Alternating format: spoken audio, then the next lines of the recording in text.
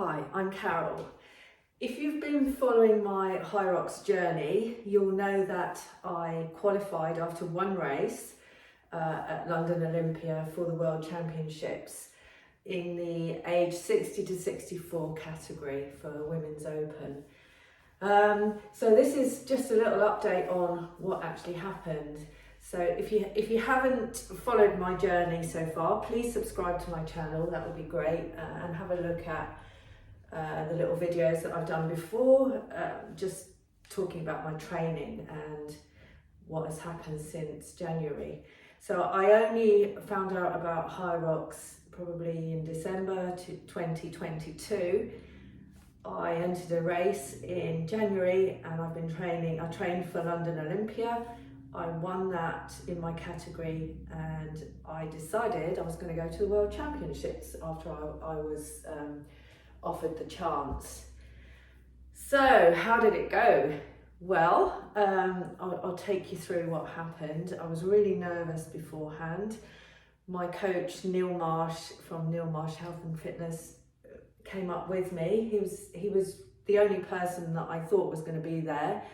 My partner Rob, he went to a festival because we were supposed to be going to a festival. We had that all booked. And I gave that up to go to the World Championships. So I went up on the train, fairly easy journey, it wasn't too bad. I went up on the Friday and the parade the day before for the athletes and everything was absolutely brilliant. I loved every single minute of the weekend.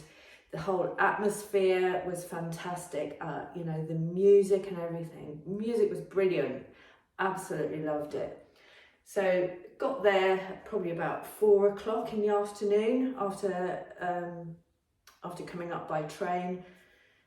Neil came up by car later on and met me there. So I registered and I was able to join in the athlete parade and watch the elite athletes in the evening. So the women's followed by the men's.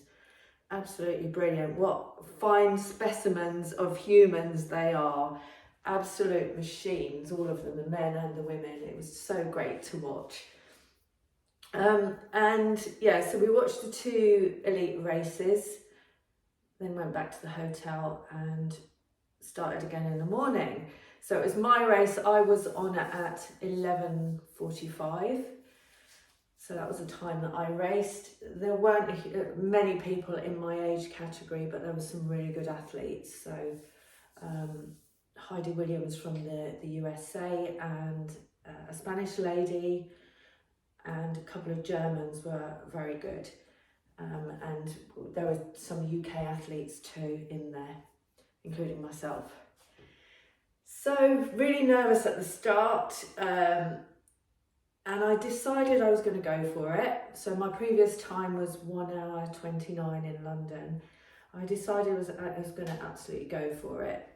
And it was very different because I was racing directly with the people that were in my race, whereas obviously London, everybody's all in mixed groups and you've no idea who you're racing against. And in fact, in London, I wasn't racing against anyone. I just thought, I'm going to be happy if I get under 2 hours. So that's why I was so shocked that I did 1 hour 29.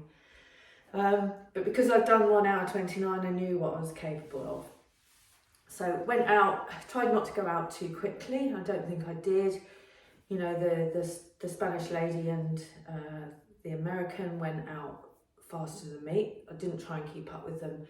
On the ski erg, I actually forgot to change the damper, and then when I looked down it was on number 6. So now I normally go on number 3 because I'm quite lightweight, I don't have a huge amount of power, but it felt okay. You know, I went for it on the ski, which, you know, I hadn't done in London, so I put a bit more effort in and it was fine. So I was okay after that. Carried on onto the next run and then the sled push and pull. And I really went for it on those 2 because I was in the lane next to the German that I knew had done a faster time than me previously. So I could hear my support behind me. Oh, I forgot to say, I completely forgot to say earlier on, I had some more support. My friend Vicky and her son Joseph came up to Manchester and totally surprised me. So I saw them the day before. I was just walking around and there they were. It's massively emotional for me, and it was a brilliant surprise. Anyway, so I'm on the sled push and pull and I could hear them behind me. So they were so loud. But the German also had her family with her and I could hear them. So we were pretty much neck and neck at that point in the push and pull. And I kept overtaking her and she kept overtaking me. And to be fair, I was trying to race her at that point. So I gave that my absolute all. I went out on the next run, a little bit knackered after that compared to London. So then when I went into the burpee broad jumps, I think what happened was my heart rate had gone sky high at this point. Just the exact thing that they warn you about, going into your anaerobic zone. I think I had done that. I don't know how far it was, but I was feeling a little bit dizzy. So when I started the burpees, it was so hard. And normally I'm quite good at burpees, but I was rubbish on the burpees. I found it so hard and I kept having to stop. And all I could hear was they were all going, "Come on, Carol, you can't stop, you've got to carry on." And I was thinking, for God's sake, I really actually want to carry on, but I can't. I just can't get my breath. And I think at that point I saw the German powering past me. She was brilliant on the burpees and she was just powering past me. Anyway, I got through them eventually, and the judge on that was absolutely brilliant, as well as my support crew cheering me on. And the judge just kept saying, he was really encouraging, he kept saying, come on, you've just got to carry on, don't stop. I thought I was done for at that point. Anyway, did that, went out on the run, a little bit shaky legged, but I seemed to recover my composure after that, and I think maybe managed to get my heart rate down, and I was all right after that. And then I think my coach Neil was slightly worried about me at that point, because I think he thought that I was going to crash out, because I heard him shout, take one of your cliff blocks, get some energy in. So I knew previously I had taken one of those on the row, so I just took it on the run. After he said that, I just took it straight away. I thought, yeah, but get some energy in. Went onto the row. I was quite good on the row. I put more effort into it than I did in London. Didn't hold anything back on that. And then I don't know at what point this happened, but I made a big mistake, and that was I missed a lap. The whole layout was fairly confusing for me, who has a poor sense of direction anyway. So the first lap you did 2.7 something kilometers, so it was like 2.5 laps, and then the rest of it you had to count 3 laps. Anyway, on one of the kilometers, I miscounted. I don't know, I was unsure about it when I came in. I thought, I think I haven't put my finger up, because I was counting like this, like I did last time. 1, 2, 3, past the out and then into the in. Anyway, missed a lap. Went in, thought, oh shit, what has happened? Because I saw up on the board, it said 5-minute penalty. And I thought, oh God, 5 minutes. 5 minutes, and I'd been really going for it at this point, and was probably neck and neck with the German. I knew that the Spanish lady and the American were ahead of me. I didn't think I was going to catch them at all. They were way ahead. But so I thought I was running around and on the next go, and I thought, just get your head in gear, sort yourself out, because that would have been really easy at that point to just crumble. So what I thought was, right, you've lost 5 minutes here, or probably would have been 3 minutes, because the lap that I should have done would have taken me 2 minutes. So they added on 5, so that would have been three minutes I lost there. So what I thought was, you've got to make this up. You've got to make some of that 5 minutes up. So I tried to do that.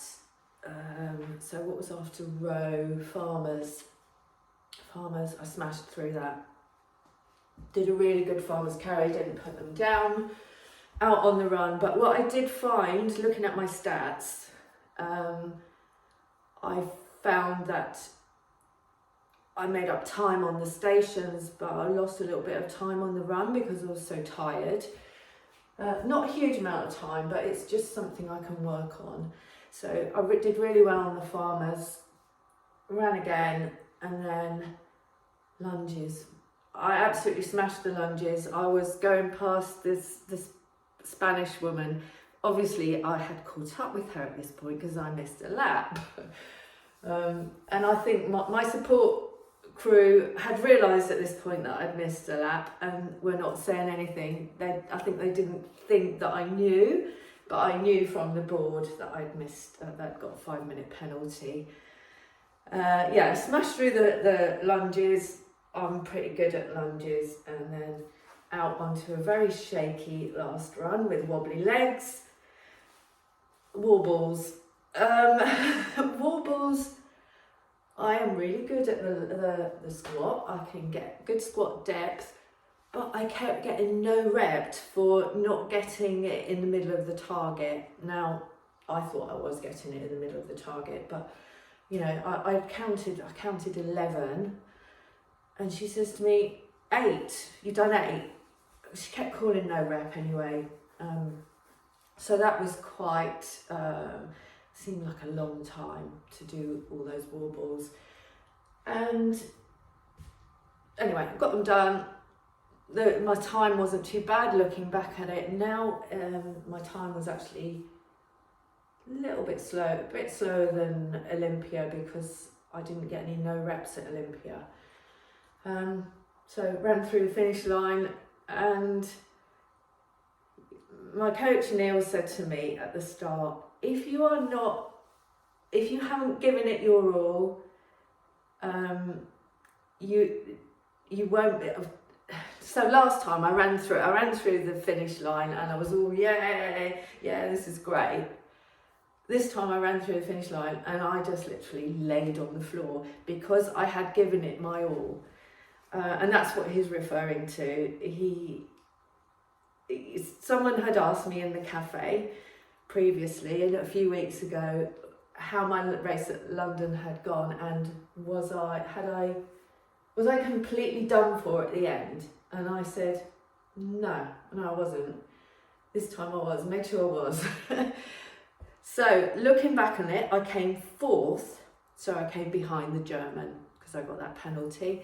Looking back on it, if I hadn't made that stupid mistake, I could have come 3rd. I wouldn't have come 1st or 2nd, but I could have been on the podium. So that's something for me to learn. It was stupid. I lost my focus. I lost my concentration on checking out the laps, really. Just lost my focus. So what's to come? I've entered London in November at Excel. I entered that ages ago before I even did Olympia.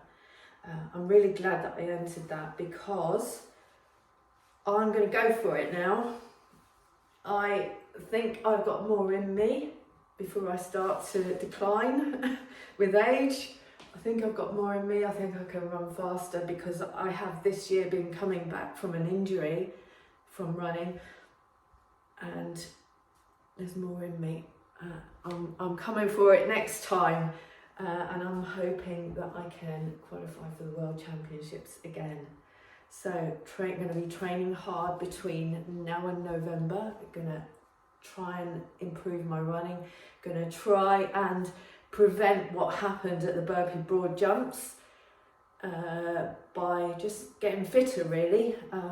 I'll be doing a lot of practice of running into burpees, because that on both races actually that is what was hardest for me. And looking at my stats, the burp is quite slow, which did surprise me because I'm always doing burpees in the gym, but I guess it's not under that kind of fatigue. It's when the burpees come after the sled push and pull, which give you a high heart rate. So there you go. Watch out for me. I hopefully will be featuring again in some of the races. I intend to improve my time and maybe come up through the rankings. Who knows? So if you want to know how it goes in the next few months, please subscribe to my channel. I have a fair bit of Hyrox content on here, whether it's training, footage of various things, or there's quite a lot about fitness Pilates on here as well, because I teach that, plus a little bit of dancing usually. So subscribe to my channel and see how I get on. See you soon.